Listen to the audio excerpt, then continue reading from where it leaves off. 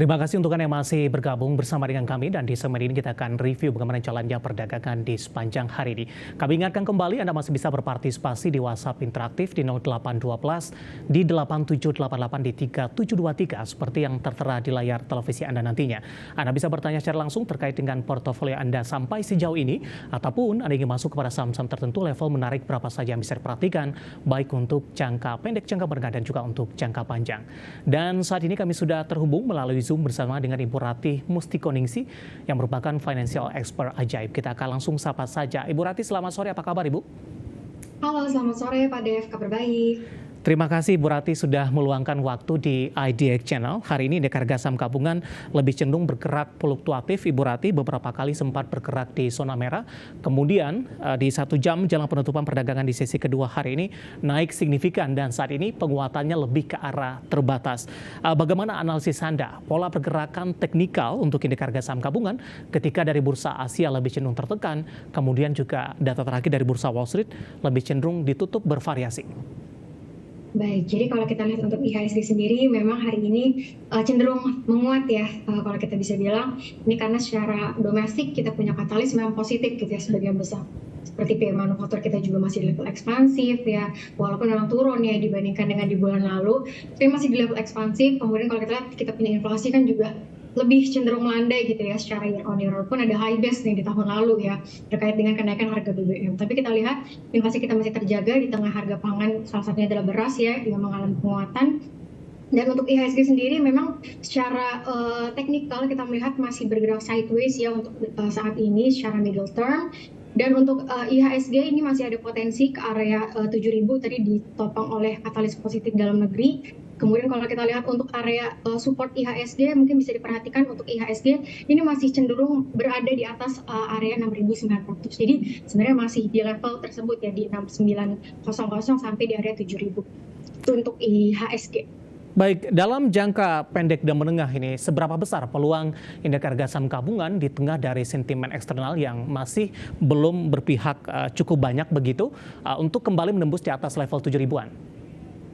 Baik, jadi kalau kita lihat sebenarnya di bulan Oktober secara probability memang secara kemungkinan gitu ya itu sebesar 80% nih IHSG kita menghijau gitu ya di bulan Oktober dalam historis 10 tahun ke belakang.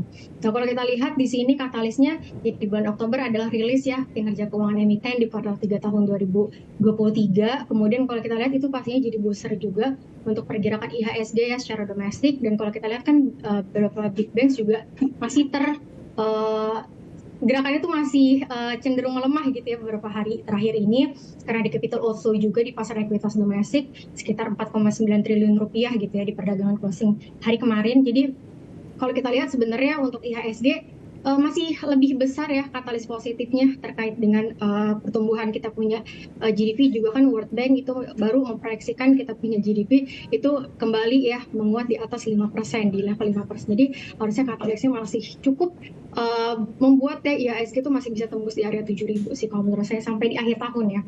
Baik, berkaitan dengan jelang rilis kinerja kuartal ketiga di 2023, Ibu Ratih, saham-saham perbankan big cap biasanya paling awal atau paling duluan ini merilis dari sisi kinerjanya. Kalau kita lihat saham-saham dari perbankan big cap hari ini juga rata-rata cenderung mengalami penguatan dan menjadi penopang indeks harga saham gabungan di tengah pelemahan dari saham-saham di sektor energi. Saya mau ke BBCA terlebih dahulu, ini analisis secara teknikalnya hari ini menguat signifikan sendirian dan secara intraday tadi BBCA sudah kembali menembus di level 9.200-an. Analisis Anda untuk BBCA?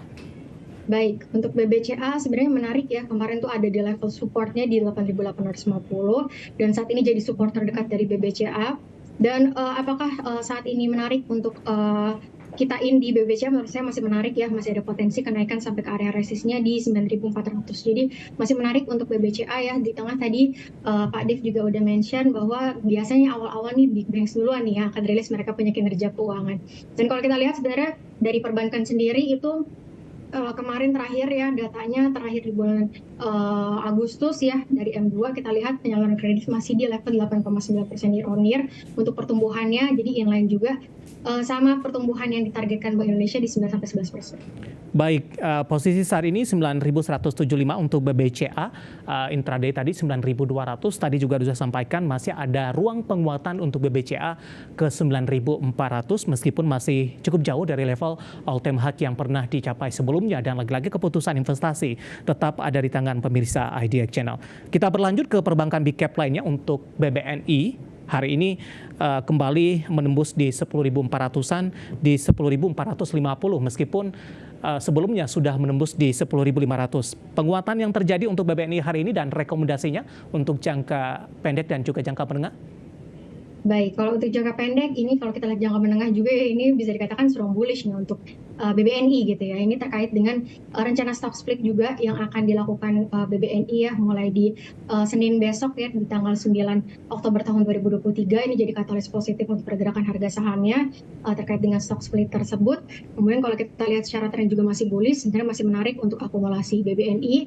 Perhatikan untuk area support terdekat dari BBNI itu masih di level 9.900. Jadi sebenarnya masih ada peluang ya untuk BBNI ini menguat. Untuk penguatan terdekat kami melihat ini untuk BBNI ada potensi ke area 10.550 sampai di 10.600. Jadi masih menarik untuk jangka pendek untuk BBNI. Oke, dengan mempertimbangkan stock split di rasio 1:2 ini untuk BBNI, kemana arahnya nanti?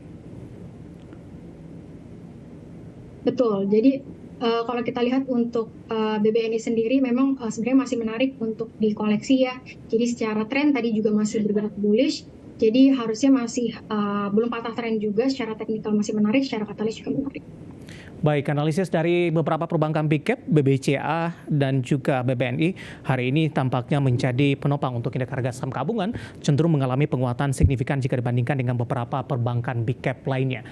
Di tengah penguatan dari beberapa perbankan big cap hari ini, laju penguatan indeks harga saham gabungan tampaknya juga terhalang dari koreksi dari beberapa saham berbasis komoditas minyak mentah, kemudian juga harga batu bara, emiten-emiten batu bara dari posisi harga tadi juga aku sudah sampaikan informasinya lebih cenderung mengalami koreksi yang sebelumnya juga sempat mengalami kenaikan ini.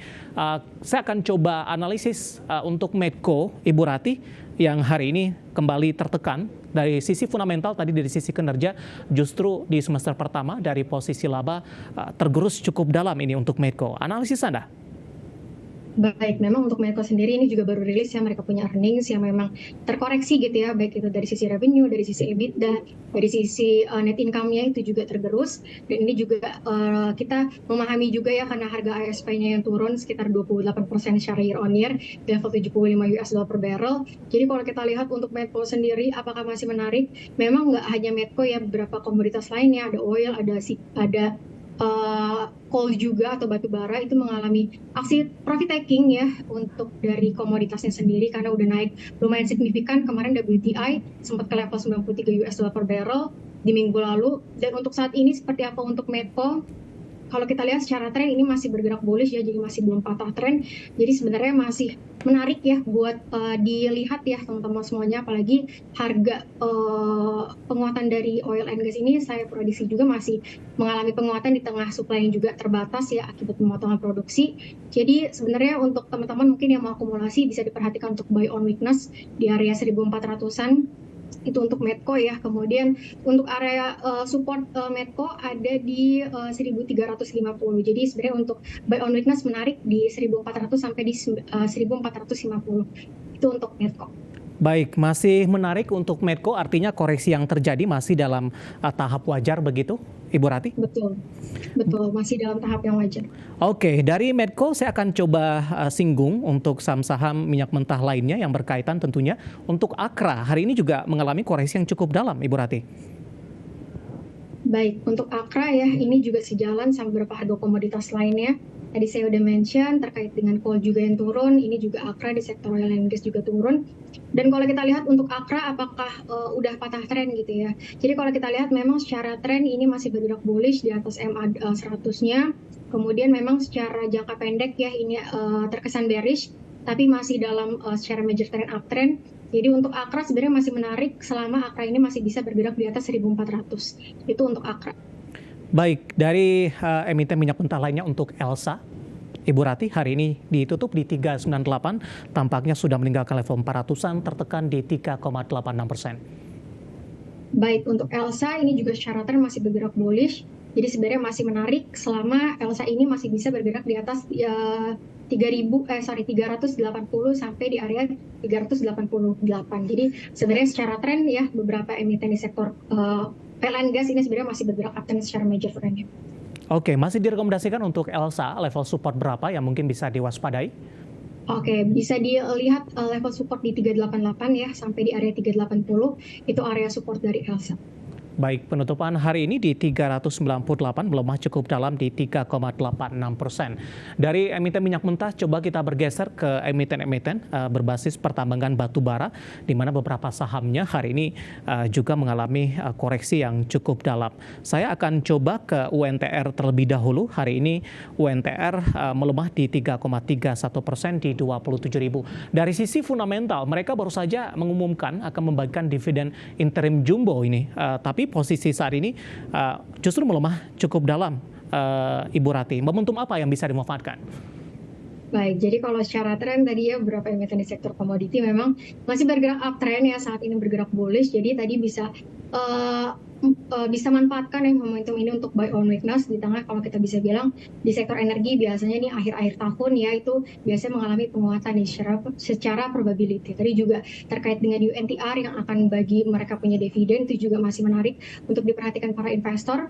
Jadi ya tadi strateginya mungkin bisa di buy on weakness selama UNTR itu masih bergerak di atas 25.700. Menurut saya masih menarik untuk UNTR ya. Kalau misalnya break di area 25.700 itu ada potensi membentuk double top ya, sehingga ada reversal dari bullish ke bearish. Bagi yang ingin ambil posisi atau buy on weakness paling tidak ini, apakah harus menunggu ke 25.700 atau ada alternatif lain entry level yang ideal yang juga direkomendasikan? Baik, jadi bisa buy on weakness ya di area 26.500 itu untuk buy on weakness-nya, tapi baiknya dicicil aja menggunakan metode DCA ya. Jadi jangan all in, bisa diperhatikan tadi area buy on weakness-nya di 26.500 sampai di 26.500. Baik, UNTR hari ini melemah cukup dalam di 3,31%, 25.700 level support yang bisa diperhatikan, dan juga ada beberapa alternatif lain dari sisi fundamental. UNTR akan membagikan dividen interim jumbo ini, dan lagi-lagi keputusan investasi tetap ada di tangan pemirsa Idea Channel. Ibu Rati, saya akan sampaikan update penutupan indeks harga saham gabungan di sesi kedua hari ini dan juga beberapa data perdagangan lain yang berhasil dihimpun oleh tim redaksi kami. Kita hold terlebih dahulu. Dan pemirsa, indeks harga saham gabungan di penutupan sesi kedua hari ini melemah berbalik arah, maksudnya melemah cukup dalam di 0,30%, di mana indeks harga saham gabungan ditutup di level 6.940,89. Level tertinggi hari ini sempat menyentuh di 6.992,627, namun di menit-menit terakhir di penutupan perdagangan di sesi kedua hari ini, indeks harga saham gabungan berbalik arah dengan melemah cukup dalam di 0,30%. Kemudian saya juga akan sampaikan saham-saham yang menjadi penggerak untuk indeks harga saham gabungan di penutupan sesi kedua hari ini.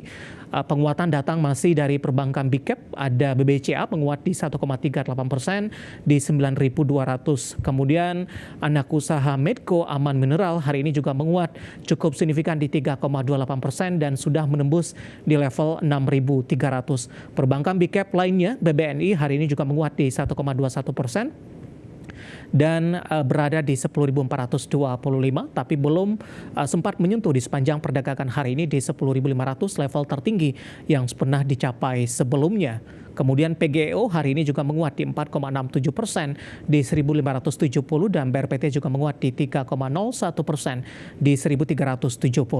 Sementara saham-saham yang menjadi pemberat untuk indeks harga saham gabungan datang dari UNTR. Baru saja tadi kita bahas pelemahan di 3,31% bertahan di level 27.000. Medco juga melemah di 3,21% di 1.510. Dari pertambangan batubara, Adaro melemah di 4,27% di 2.000 2.610, sementara dari teknologi ada Gotoh hari ini juga tertekan di 2,35% dan berada di level 83. MDKA hari ini tampaknya masih melanjutkan pelemahan pasca rilis kinerja semester pertama di 2023 yang mencatatkan penurunan. Posisi harga MDKA di penutupan di 2.520, 2.500 tadi tampaknya level terendah hari ini dan level terendah dalam beberapa bulan terakhir. Itu dia updatean posisi penutupan perdagangan di sesi kedua dan semoga bisa menjadi referensi untuk Anda, terutama dalam menghadapi perdagangan di keesokan harinya.